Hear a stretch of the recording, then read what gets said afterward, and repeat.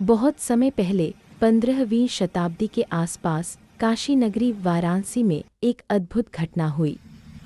रात का समय था, चांदनी गंगा के पानी पर झिलमिला रही थी। उस शांत रात में एक स्त्री ने एक नवजात बालक को एक छोटे से संदूक टोकरी में रखकर गंगा में बहा दिया।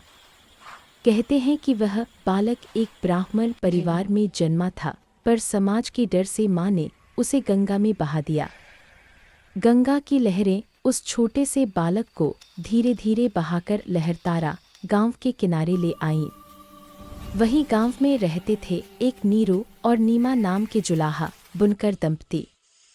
सुबह जब वे गंगा किनारे कपड़ा धोने गए तो उन्होंने देखा पानी में कुछ तैर रहा है।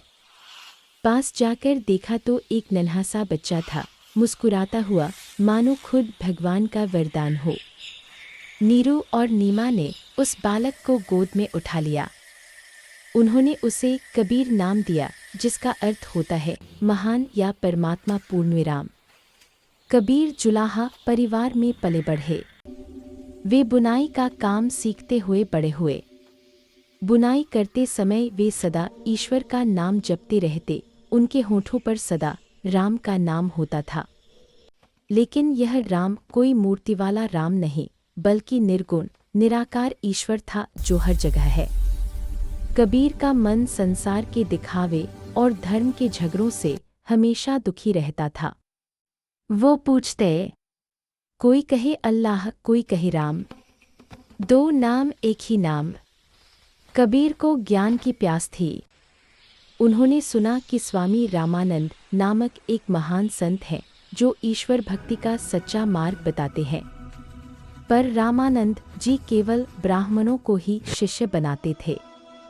कबीर जानते थे कि वे जुलाहा हैं, पर मन में श्रद्धा थी। एक दिन सुबह सुबह गंगा के घाट पर जब रामानंद जी स्नान करने आए तो कबीर सीढ़ियों पर लेट गए। रामानंद जी के पांव उनके शरीर से टकराए और उनके मुख से निकला, राम राम कहो बेटा। बस वही शब्द कबीर के लिए दीक्षा बन गए। उन्होंने उसी क्षण रामानंद जी को अपना गुरु मान लिया। कहानी का भाग 2 देखने के लिए हमारे चैनल को सब्सक्राइब जरूर करें। धन्यवाद।